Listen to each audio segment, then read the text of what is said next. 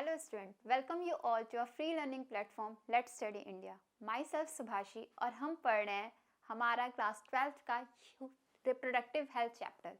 Basically पिछले classes में हमने कुछ नॉर्मल सी चीज़ों के बारे में बात की थी कि ये चैप्टर क्यों पढ़ना इंपॉर्टेंट है, इस चैप्टर को सीबीएसई ने क्यों नहीं कट किया। रिप्रोडक्शन के आपने देखा ही है, कोई भी पार्ट सीबीएसई ने कट नहीं किया।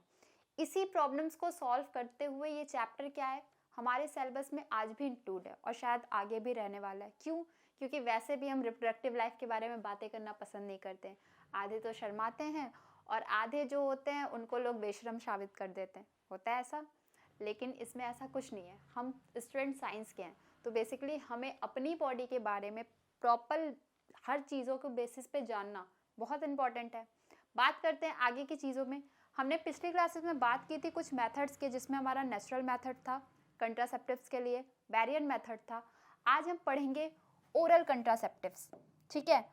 लेकिन साथ में आपको चीज़ों को याद रखना है कि रिवाइज करते हुए चीज़ों को चलना है, ठीक। ये नहीं कि आप आगे बढ़ते जा रहे हो और पीछे की चीज़ें गायब होते जाए, ऐसा चीज़ें नहीं रखना है। हर 3 डेज पे आप चीज़ों को रिवाइज करते रहिए।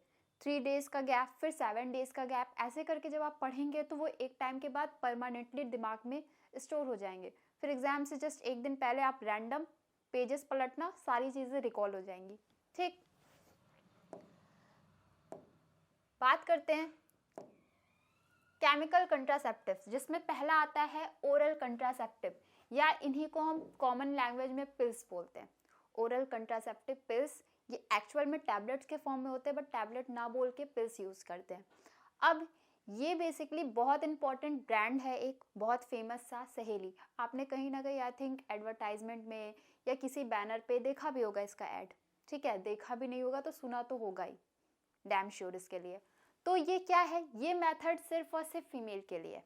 बैरियर मेथड मेल और फीमेल दोनों के लिए था, लेकिन ये वाला मेथड सिर्फ फीमेल के लिए। ये जो ओरल कंट्रासेप्टिव पिल्स बनाई जाती है, इनमें कुछ केमिकल्स को कंपोजिट किया जाता है, जिसमें आते हैं हमारे या तो प्रोजेस्टेरॉन और एस्ट्रोजन का कॉम्बिनेशन। अब सवाल आता है कि ये दो हार्मोन ही क्यों इतने फेमस है। आपने याद होगा, अगर मेंस्ट्रुअल साइकिल पिछले जो चैप्टर थे उसमें हमें मेंस्ट्रुअल साइकिल एक्सप्लेन किया था। नहीं देखा है तो एक बार जाके वो वीडियो आप ज़रूर देखिएगा। वहाँ पे हमने बताया था प्रोजेस्टेरॉन, जो कि बेसिकली फर्टिलाइजेशन के टाइम बहुत इंपॉर्टेंट है। एंडोमेट्रियम वॉल को वो शेड होने से बचाता है, तभी आगे की चीज़ें इम्प्लांट होने में हेल्पफुल होता है। तो यही प्रोजेस्टेरॉन के कॉम्बिनेशन एस्ट्रोजन के साथ में या अकेला सिर्फ प्रोजेस्टेरॉन, इनसे ही बनते हैं oral contraceptive pills.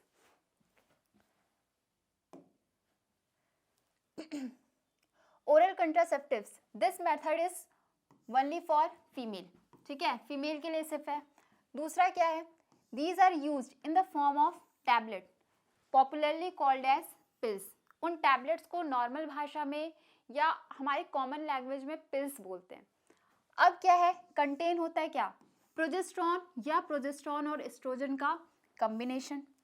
Second important चीज, किससे बना होता है, या तो अकेला प्रोजेस्टेरॉन होता है या प्रोजेस्टेरॉन और एस्ट्रोजन का कॉम्बिनेशन होता है। अब बात करते हैं इन्हें इनटेक कैसे करते हैं, ठीक। तो बेसिकली डॉक्टर ही प्रिस्क्राइब करते हैं, लेकिन एनसीईआरटी में हमारे दिया है कि क्या ये लेते कब है, period of 21 days started with in first 5th day of the menstruation.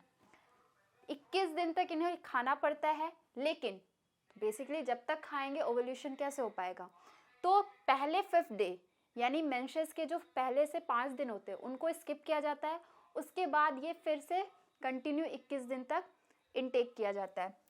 Most popular oral contraceptive pills is सहेली। अब ये सहेली क्यों इतना इंपॉर्टेंट है, क्योंकि इनके पहली चीज़ तो कोई साइड इफेक्ट नहीं है। हम दवाएं आधे तो डर के वजह से नहीं खाते हैं, क्यों, क्योंकि दवाओं के साइड इफेक्ट ज़्यादा होते हैं। ये सहेली नॉन स्टेरॉयडल है, पहली सबसे इंपॉर्टेंट चीज़, और दूसरे इनके साइड इफेक्ट नहीं है, इसलिए ये इतने पॉपुलर। और बेसिकली गवर्नमेंट ने इनको बहुत कम रेट में प्रोवाइड कराया है ताकि लोगों को आराम से ये मिल सके हर जगह।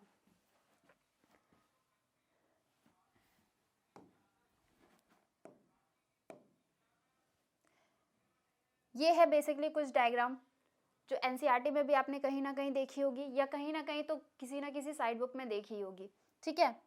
नेक्स्ट हम बात करते हैं इंजेक्शन या इम्प्लांट की। नाम में ही है इंजेक्शन। अब आप सपोज करो 2 बच्चे हैं, एक को बहुत हाई फीवर है और एक को बहुत नॉर्मल सा फीवर है, ठीक। एक को डॉक्टर क्या करते हैं, इंजेक्शन के लिए बोलते हैं, दूसरे को टैबलेट बोलते हैं। किसको इंजेक्शन के लिए बोलेंगे? ऑब्वियस सी बात है, जिसकी बॉडी टेम्परेचर ज़्यादा होगी, यानी जिसको फीवर बहुत ज़्यादा होता है। आपको ज़्यादा फीवर है, आप डॉक्टर के पास जाओगे तो वो पहले आपको इंजेक्शन प्रोवाइड कराएगा, ठीक है, ताकि आपका फीवर थोड़ा नॉर्मल हो सके तुरंत के तुरंत। यही चीज़ होता है ओरल कंट्रासेप्टिव पिल्स में और ये इंजेक्शन वाले में। दोनों का फंक्शन सेम है। आप दवा भी खाओगे तब भी आपके बुखार कम होंगे, इंजेक्शन भी लगाओगे तब भी आपके बुखार में नॉर्मलिटी आएगी, लेकिन इंजेक्शन का जो इम्पैक्ट होता है वो ज़्यादा होता है, ठीक है, तुरंत दिखता है। और जो ओरल कंट्रासेप्टिव पिल्स होते हैं उनके जो बेसिकली इम्पैक्ट होता है वो थोड़ा स्लो प्रोसेस करता है। इसलिए इंजेक्शन का जो देखते हैं पहले, प्रोजेस्टेरॉन और सेम कंपोजिशन है, प्रोजेस्टेरॉन या प्रोजेस्टेरॉन और एस्ट्रोजन का कॉम्बिनेशन, दोनों ही चीज़ें हैं। उसके बाद क्या है, इसको ऑब्वियस सी बात है, इंजेक्शन लगेगा तो स्किन के अंदर ही लगेगा, कहीं और तो लगेगा नहीं। और क्या चीज़ है, the effective period is longer than the pills but action is similar, ठीक है। इनका जो इफेक्टिव पीरियड है वो ज़्यादा होगा, किससे ज़्यादा होगा, ओरल कंट्रासेप्टिव पिल्स से ज़्यादा होगा, लेकिन दोनों का ही क्या होगा, इफेक्टिव पीरियड भले ही ज़्यादा हो गया लेकिन फंक्शन क्या है, सिमिलर। वो भी क्या है, कंट्रासेप्टिव के बेसिस पे यूज़ किया जा रहा है और ये भी कंट्रासेप्टिव के ही बेसिस पे यूज़ किया जाएगा।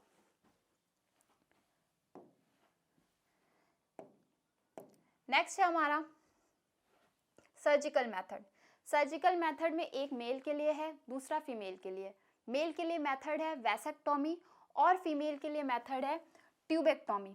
अब ये वैसेक्टॉमी क्या है, वैसेक्टॉमी में नाम में ही है वैस, ठीक है, टॉमी का मतलब कट डाउन। क्या कट होता है, वास डिफरेंस, ठीक है, वास डिफरेंस को कट किया जाता है और टाइड अप कर दिया जाता है, किससे, स्क्रोटम के साथ। चीज़ें कंफ्यूज नहीं करना है, नाम में ही इनका पूरा खेल है।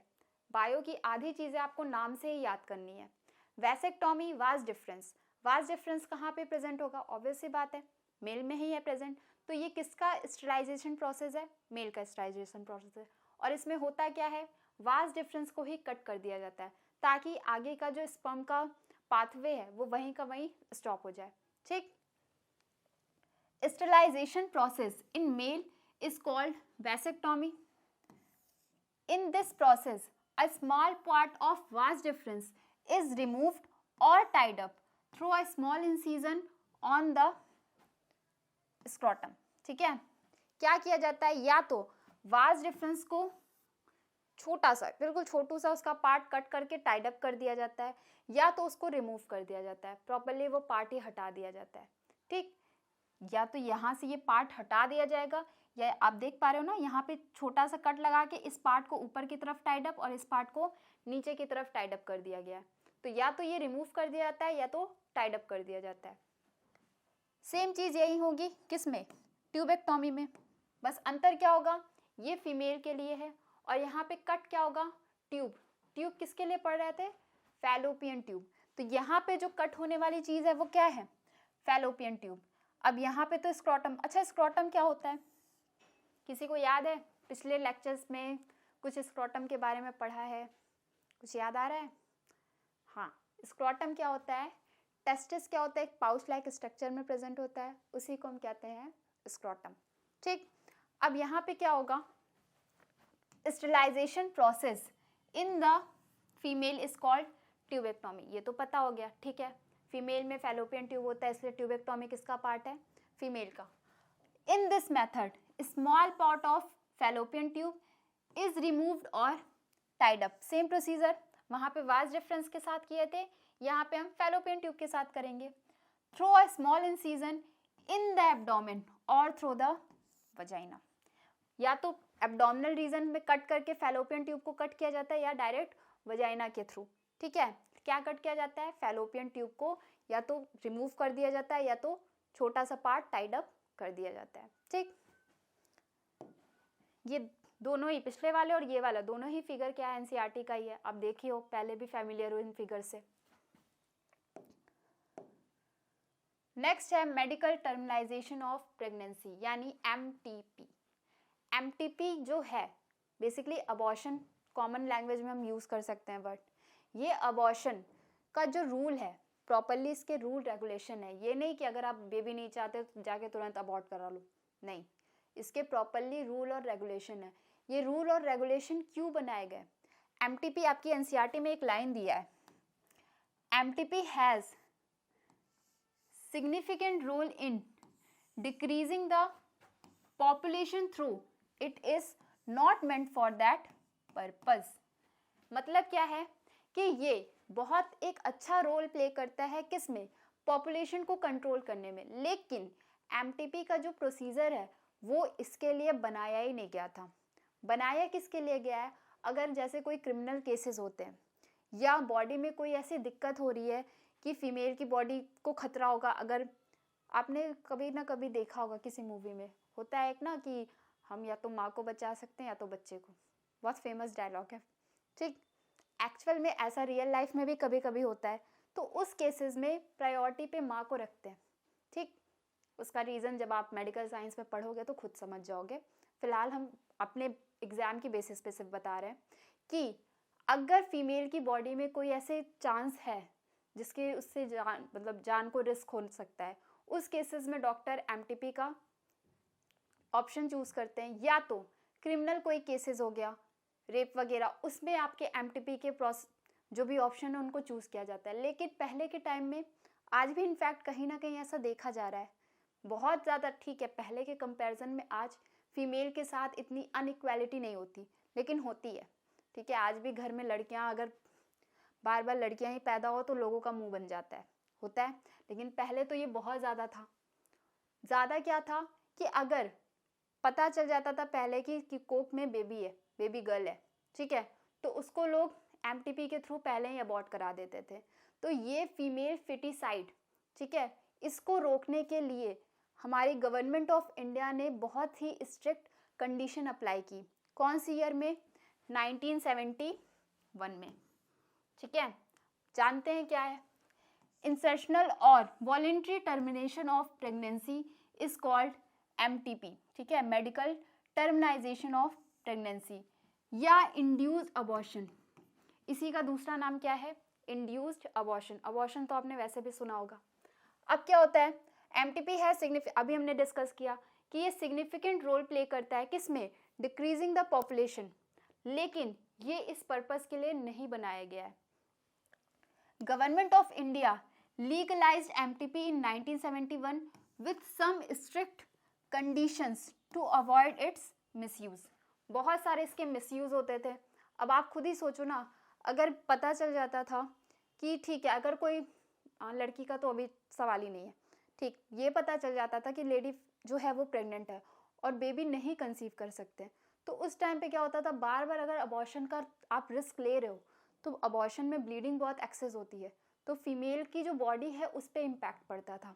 इन सबको देखते हुए गवर्नमेंट ने क्या किया, बहुत ही एक स्ट्रिक्ट लॉ तैयार की। अब उस स्ट्रिक्ट लॉ में सबसे ज़्यादा ध्यान किसका रखा गया कि रिड्यूस कर सके, किसको? फीमेल फिटिसाइड को, ठीक है, जो लड़कियों की भ्रूण हत्या कर दी जाती थी उस पर रोक लगाया जाए। MTP is relatively safe during the first trimester. Next important line, MTP कब सेफ है? पहले ट्राइमेस्टर में। पहले ट्राइमेस्टर को हम और क्या बोल सकते हैं? 3 मंथ या 12 वीक्स, ठीक है, पहले ट्राइमेस्टर तक या 3 मंथ तक या 12 वीक्स तक ये एमटीपी जो है वो सेफ है। क्यों ऐसा बोला गया है? क्योंकि पहले 3 मंथ बेबी के जो भी एम्ब्रियो है उसके प्रॉपरली ऑर्गन डेवलप नहीं होते, ठीक है। लास्ट क्लास में या लास्ट आपने लेक्चर देखा होगा जब हम रिप्रोडक्शन वाले चैप्टर की बात कर रहे थे, ह्यूमन रिप्रोडक्शन, तो उसमें हमने समझाया था कि कौन से मंथ में कौन कौन से ऑर्गन डेवलप होते हैं एक एम्ब्रियो के केस में। तो पहले के 3 मंथ में बहुत ज़्यादा ऑर्गन प्रॉपरली डेवलप नहीं होते। तो जब ऑर्गन, अब उनकी साइज उतनी अकॉर्डिंग रहेगी, जब ऑर्गन नहीं डेवलप हुआ है तो साइज भी उतनी रहेगी। तो एमटीपी में जो एक्सेसिव ब्लीडिंग हो रही है उस ब्लीडिंग में कमी ला सकते हैं हम, ठीक है। बाद में अगर एमटीपी कराया जाए तो वो बहुत रिस्कफुल है, माँ की जान भी जा सकती है इसमें। इसलिए सेफ पीरियड क्या है, पहला ट्राइमेस्टर या 3 मंथ या 12 वीक्स, ठीक। तो एमटीपी के बारे में हमने क्या क्या जाना, पहला तो ये किस लिए किस पर्पज से लाया गया था, ठीक है। तो क्रिमिनल केसेस को, बेसिकली कोई अनचाही प्रेगनेंसी को अगर अबॉर्शन के थ्रू अबॉर्ट करना चाह रहे हैं तो उसके लिए। दूसरा, ये सिग्निफिकेंट रोल ज़रूर प्ले कर रहा है ह्यूमन पॉपुलेशन को कंट्रोल करने में, लेकिन ये इस पर्पस के लिए नहीं बनाया गया था। और तीसरा, हमारी गवर्नमेंट ने क्या किया, 1971 में प्रॉपरली एक स्ट्रिक्ट रूल रेगुलेशन के साथ इस लॉ को हमारी सोसाइटी में इंट्रोड्यूस किया, ठीक। सेक्सुअली ट्रांसमिटेड डिजीज, इसमें मोस्ट कॉमन आपने सुना होगा HIV। अच्छा, कितने लोग को आज भी कंफ्यूजन है कि HIV और एड्स अलग अलग बीमारियां हैं? ये दोनों ही बीमारियां अलग अलग नहीं हैं। एड्स क्या है, HIV का लेटर स्टेज है, मतलब HIV क्या है, एड्स का इनिशियल स्टेज है। कंफ्यूज नहीं होना है। पहले क्या होगा, पहले HIV होगा, वही बाद में बॉडी में डेवलप होते होते क्या बन जाता है, एड्स। जैसे ट्यूमर और कैंसर में बहुत ज़्यादा डिफरेंस नहीं है, ट्यूमर भी क्या है, कैंसर का इनिशियल स्टेज ही है, ठीक। अब इसमें क्या हो रहा है कि जो आप बहुत फेमस एग्जाम्पल है STD का, सेक्सुअली ट्रांसमिटेड डिजीज, इनमें बाकी जो एग्जाम्पल है वो भी आपको याद रखने हैं। पहले तो जानते हैं इस सेक्सुअल ट्रांसमिटेड डिजीज को और हम क्या क्या बोलते हैं। तो डिजीज और इन्फेक्शन, ठीक है, which are transmitted through sexual intercourse is called as STD, यानी सेक्सुअली ट्रांसमिटेड डिजीज। एग्जाम्पल तो मेन इनका इंपॉर्टेंट है, लेकिन साथ में आपको फुल फॉर्म भी याद करते हुए चलना है। STD का full form sexually transmitted disease. Venereal disease किसको कहते हैं, ठीक है, इसी को कहते हैं VD या reproductive tract infection. Reproductive tract infection, infection जैसा नाम जरूर आ रहा है लेकिन ये इसी का नाम है, ठीक है, सेक्सुअली ट्रांसमिटेड डिजीज को ही बोलते हैं। अब इसको ऐसा नाम क्यों दिया गया वो भी हम पढ़ेंगे। एग्जाम्पल इसका क्या है, gonorrhoea, syphilis, genital herpes, chlamydiasis, genital wart, trichomoniasis और हेपेटाइटिस B एंड HIV। ये जो एग्जाम्पल है आपके NCERT में इंक्लूडेड है, इसलिए इंपॉर्टेंट ज़्यादा है, ठीक। अब आपने सुना होगा गोनोरिया का, सिफिलिस का, जेनाइटल हर्पिस भी आई थिंक सुना ही होगा। सुना क्या नहीं होगा, क्लेमाइडियासिस और ट्राइकोमोनियासिस, ये दोनों आपने नहीं सुना होगा। जेनाइटल वॉर्ट भी आई थिंक नहीं सुना होगा। हेपेटाइटिस भी बहुत कॉमन है, सुना ही होगा। और HIV तो बचपन से सुनते आए हैं आई थिंक। अब एक लाइन दी गई है, except hepatitis B, genital herpes and HIV infection, ठीक है, other disease are curable if detected in the early stage. मतलब क्या है कि इन तीनों को ही छोड़ के, क्या, हेपेटाइटिस B, जेनाइटल हर्पिस और HIV, इन तीनों को छोड़ के बाकी अगर कोई डिजीज़ है, सेक्सुअली ट्रांसमिटेड डिजीज़ है, तो वो अगर इनिशियल स्टेज में वो पता चल जा रहा है, डिटेक्ट कर ले रहा है, तो वो क्यूरेबल है, ठीक है। उनका प्रॉपरली ट्रीटमेंट के थ्रू एक नॉर्मल लाइफ इंसान जी सकता है। क्यों, क्योंकि ये जो तीनों डिजीज़ हैं, इनके जो वायरस हैं बहुत ज़्यादा म्यूटेटेड है, हमेशा चेंज होते रहते हैं, बॉडी में इंटर किए नहीं कि बॉडी को डैमेज कर देते इन तीनों में, ठीक। इसलिए इनको क्योर करना पॉसिबल नहीं है। अब याद इसमें 2 चीज़ें रखनी है। पहली तो सेक्सुअली ट्रांसमिटेड डिजीज़, 1-2 जो नहीं याद है नाम वो याद कर लो आप, बाकी सब तो आई थिंक आपने पहले भी कहीं ना कहीं सुना होगा, ठीक। इसके अलावा इसमें से क्या चीज़, 3 को छोड़ के बाकी सारे क्या हैं, क्योरेबल हैं, लेकिन कब, जब अर्ली स्टेज में डिटेक्ट हो जाए। ये नहीं कि लास्ट स्टेज तक जाते जाते दवाएं भी कितनी देर काम करेंगी। फिर वायरस हैं, आप वायरल का तो फंक्शन जानते ही हो कि वो म्यूटेशन जल्दी जल्दी शो करते हैं, ठीक।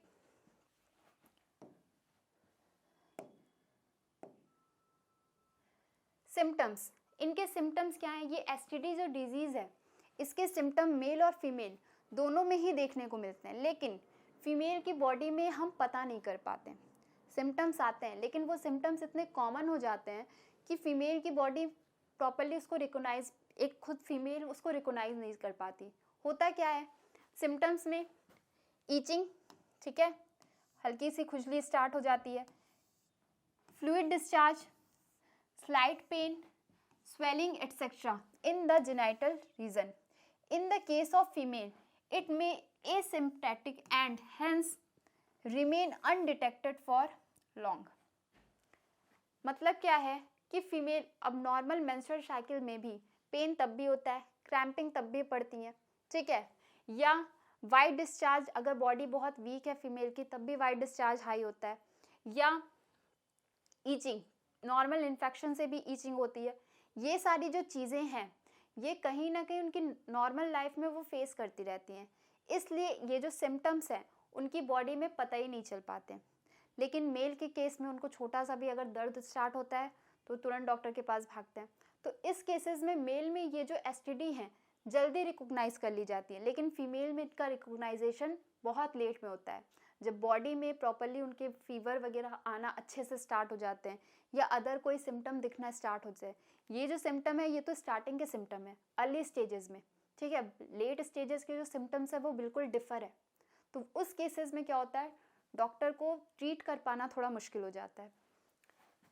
इन the later stage it may leads to pelvic inflammatory disease, जिसका फुल फॉर्म क्या है, PID, PID का full form pelvic inflammatory disease, abortion, still birth, ectopic pregnancy, infertility और even cancer of reproductive tract. अब मुझे पता है यहाँ पे जितने बच्चे ये वीडियो देख रहे हो उनमें से आई थिंक बहुत कम का मतलब सिर्फ 10% बच्चों को ही इन दोनों मतलब जो वर्ड्स हैं इनके मतलब पता होंगे। पता है स्टिल बर्थ और इक्टोपिक प्रेगनेंसी का मतलब क्या होता है, नाम तो सुन लिया, पढ़ लिया, अगर पता है तब तो बहुत अच्छी बात है, इट मीन्स आप साइंस में इंटरेस्ट लेके पढ़ रहे हो। क्योंकि हमने खुद स्कूल में जब पढ़ाया जाता था तो एक तो वो चैप्टर मैम भी भागती रहती थी और बच्चे तो वैसे ही महान होते हैं, तो ये सारी चीज़ें क्या होती थी पता नहीं चल पाती थी, इनका मतलब क्या होता था पूछने की हिम्मत ही नहीं होती थी मैम से, कि वो डर की वजह से कहीं वो हमसे क्रॉस क्वेश्चन ना करने लगे। बट वही होता है ना, जब साइंस में इंटरेस्ट होता है तो हर चीज़ के बारे में जानने का मन करता है।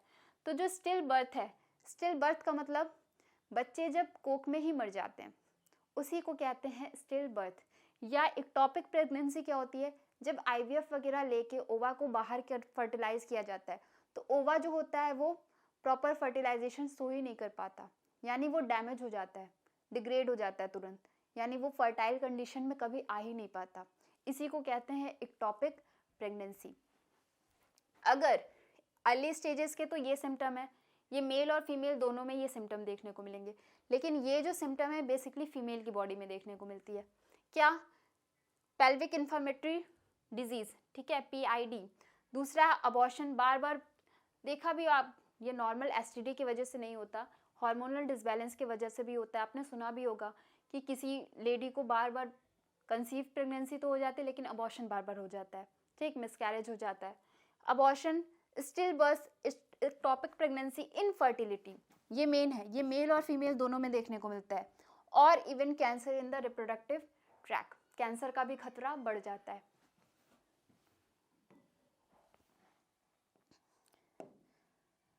नेक्स्ट है इसका प्रिवेंशन, किस चीज़ों से हम STD को रोक सकते हैं, क्या ऐसा करें जिसके वजह से ये STD की जो बीमारियां इतनी तेज से फैल रही है हमारी सोसाइटी में ये कम से कम हो सके।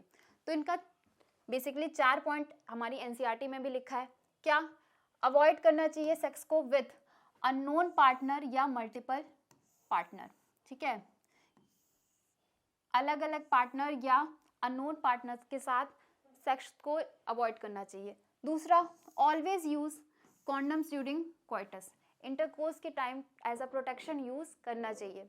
तीसरा, in case of doubt one should go to the qualified doctor for the early detection, छोटा सा भी कोई सिम्टम आपको ऐसा लग रहा है तो तुरंत डॉक्टर के पास जाना चाहिए, एक अच्छे डॉक्टर के पास, ताकि अर्ली उसका डिटेक्शन आसानी से हो जाए और आपका ट्रीटमेंट प्रॉपरली करा जा सके। और लास्ट है इसका, getting complete treatment if diagnosed with the disease. चारों ही इंपॉर्टेंट है, ठीक है। हमारी सोसाइटी में क्या होता है, अगर डॉक्टर ने कहा कि नहीं आपको 6 महीने तक दवा खानी है, ठीक, ये 6 महीने का कोर्स है, इंसान 1 महीने 2 महीने करने के बाद दवाएं बंद कर देता है, तो क्या होगा, बेसिकली वो जो बीमारी हमें है वो क्या बॉडी से प्रॉपरली रिमूव हो पाएगी, नहीं। तो वही केसेस हैं कि डॉक्टर अगर बोल रहा है जितने टाइम का उसका कोर्स है वो पूरा का पूरा प्रॉपरली कंप्लीट करना चाहिए, ये नहीं कि बीच में ही छोड़ के कि नहीं बहुत दवाई खा ली है, वो आपके ट्रीटमेंट के लिए ज़रूरी है, नहीं फिर वही होगा लास्ट ऑप्शन, ठीक। तो बेसिकली ये 4, पहला मल्टीपल पार्टनर या अननोन पार्टनर के साथ सेक्स को अवॉइड करना चाहिए, दूसरा प्रोटेक्शन का यूज़ करना चाहिए, तीसरा अगर कोई भी ऐसे सिम्टम्स दिख रहे हैं तो डॉक्टर्स के पास जाना चाहिए, और चौथा एक प्रॉपर ट्रीटमेंट कराना ज़रूरी है, ठीक।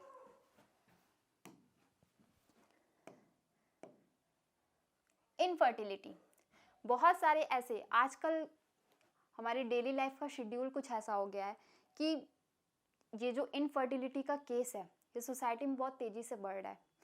आपने IVF का नाम सुना भी होगा, कहीं ना कहीं बैनर पे या टीवी में ऐड में कहीं ना कहीं तो देखा होगा, ठीक है। IVF का फुल फॉर्म क्या है, in vitro fertilization. In vitro का मतलब बॉडी से बाहर, इन वीवो का मतलब बॉडी के अंदर, ठीक है। तो बॉडी से बाहर जब फर्टिलाइजेशन हम शो करते हैं तो उसे हम कहते हैं इन विट्रो फर्टिलाइजेशन। इसकी नौबत क्यों आती है, ठीक है, क्या ज़रूरत पड़ गई, बहुत सारे ऐसे कपल्स हैं जो इनफर्टाइल हैं, मतलब वो चाहते तो हैं बेबी को कंसीव करना लेकिन वो कर नहीं सकते। The couples unable to produce children in spite of unprotected sex is called infertility. अगर वो अनप्रोटेक्टेड सेक्स यानी बिना किसी बैरियर मेथड के भी कर रहे हैं तो क्या है, वो बेबी को कंसीव नहीं कर पा रहे हैं, इसी को कहते हैं infertility. The problem of infertility in male और इन फीमेल। अब ये जो इनफर्टिलिटी का प्रॉब्लम है ये मेल और फीमेल दोनों में ही देखने को मिलता है।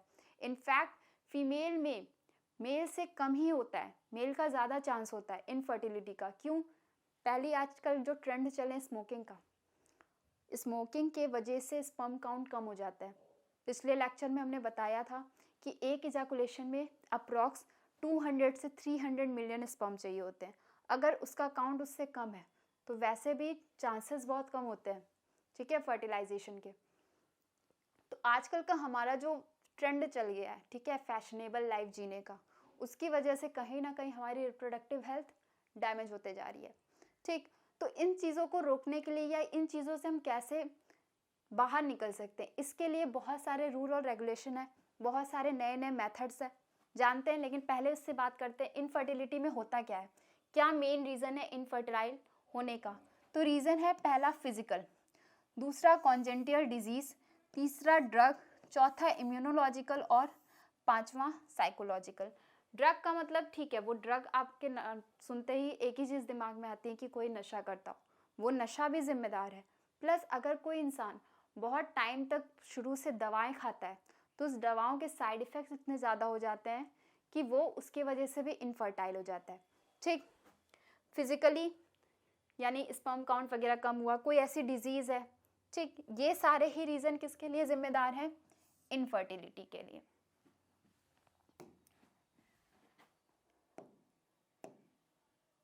मेथड्स ऑफ कंट्रोल इनफर्टिलिटी, हम इनफर्टिलिटी को कैसे कंट्रोल कर सकते हैं, तो इनमें कुछ पॉइंट हैं। पहला है IVF। IVF का full form in vitro fertilization. Next है ET का मतलब एम्ब्रियो ट्रांसफर।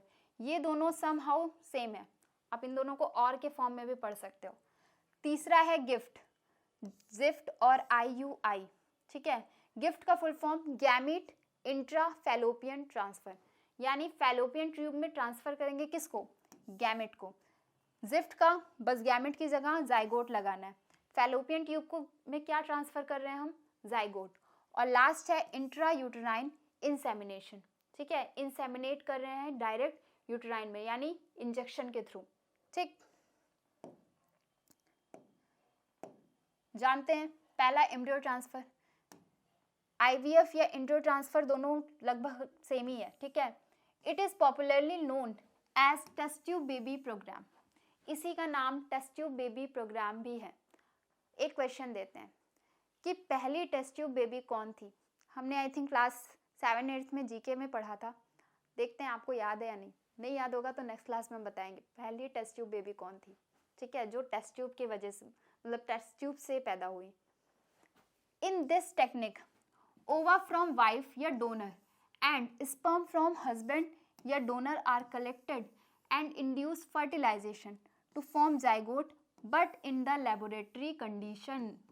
ये नहीं कि घर में ही, ठीक है, प्रॉपरली जो बॉडी का टेम्परेचर होता है, बॉडी की जो फिजिकल अपीयरेंस या फिजिकल प्रॉपर्टी है, उन सबको ध्यान में रखते हुए इस प्रोसेस को लैब में किया जाता है। क्या जाता है इस प्रोसेस में कि वाइफ का ओवा या किसी डोनर का ओवा कलेक्ट किया जाता है, उसको फ्यूज कराया जाता है लैब में ही, किससे, हस्बैंड के या किसी डोनर के स्पर्म से, और फर्टिलाइजेशन के बाद जो जाइगोट बनता है उसको लैब कंडीशन में ही रखते हैं। ठीक है, चीज़ें समझ में आई। ये प्रोसेस कब कराया जाता है, अगर इंसान इनफर्टाइल है तो, यानी उसके बॉडी में सारी चीज़ें तो हो रही हैं लेकिन फर्टिलाइजेशन नहीं प्रोसेस हो रहा है। ठीक है, यानी बॉडी में फर्टिलाइजेशन वाली प्रोसेस कहीं ना कहीं हो नहीं पा रही है। इस केसेस में ये ऑप्शन चूज किया जाता है। द जाइगोट और early embryo with up to 8 blastomere, ठीक है, could be transferred into the fallopian tube। अब जाइगोट बन गया, जाइगोट बनने के बाद क्या होगा, डिवीजन क्रिएट होगा। कौन सा डिवीजन क्रिएट होगा, माइटोटिस। ठीक है, माइटोटिक वाला डिवीजन, यानी सेल के नंबर बढ़ना स्टार्ट होंगे। कब तक बढ़ेगा, 8 ब्लास्टोमेयर तक। जैसे ही 8 ब्लास्टोमेयर कंप्लीट हुआ उसको ट्रांसफर कर दिया जाए किस में, फीमेल के फैलोपियन ट्यूब में। अब आप याद रखना, फैलोपियन ट्यूब में हम बोल रहे हैं, यूटेराइन वॉल के पास नहीं बोल रहे हैं। क्यों, क्योंकि यूटेराइन वॉल के पास क्या आता है, ब्लास्टोसिस्ट। यानी ये 8 ब्लास्टोमेयर बन तो गया, अब इसको फैलोपियन ट्यूब में ऐसे का ऐसे ट्रांसफर कर दिया, बस बाहर क्या कराया गया, फर्टिलाइजेशन। बाकी की चीजें जैसे बॉडी में हो रही थी वैसे ही होंगी। ठीक है, अब ये ब्लास्टोमेयर ट्रांसफर किया गया फैलोपियन ट्यूब में, वहां पे ये फिर से डिवीजन शो करेगा, क्या बनाएगा, मोरुला, और मोरुला के बाद क्या बनाएगा, ब्लास्टोसिस्ट। ब्लास्टोसिस्ट अपने आप कहाँ चला जाएगा, यूटेराइन वॉल में, और इम्प्लांटेशन हो जाएगा। ठीक है, further development takes place within the female body. आगे की जितनी भी प्रोसेस है वो फीमेल के अंदर हो जाएंगी। बस क्या चीज़ बाहर हो रहा है, फर्टिलाइजेशन और जाइगोट बनने की चीज़ें। बाकी जितनी चीज़ें थी वो बॉडी के अंदर ही कराई जाती है या होती है। ठीक, नेक्स्ट है गैमेट इंट्राफैलोपियन ट्रांसफर। नाम में ही चीज़ें हैं, क्या ट्रांसफर किया जा रहा है, गैमेट, किस में, फैलोपियन ट्यूब में। इन दिस टेक्निक गैमेट या ovum collected from the donor and transferred into the fallopian tube of another female who is unable to produce it। ठीक, क्या हो रहा है, सपोज करो कोई फीमेल है जो ओवा को प्रोड्यूस नहीं कर रही है या नहीं कर पा रही है, जो एक सफिशिएंट ओवा उसको प्रोड्यूस करना चाहिए वो वैसा कर नहीं पा रही है। तो उस केस में क्या हो रहा है कि किसी और का ओवा लेके, ठीक, उस फीमेल की बॉडी में जो प्रोड्यूस नहीं कर पा रही है उनकी बॉडी में इंसर्ट कराया जाता है। कहाँ पे, फैलोपियन ट्यूब में, और फिर फर्टिलाइजेशन जैसे होना होगा बॉडी में नॉर्मल वे में होगा। लेकिन यहाँ पे क्या हो रहा है, किसी और के ओवम को लेके किसी अदर फीमेल की बॉडी में इंसर्ट कराया जाता है। ठीक,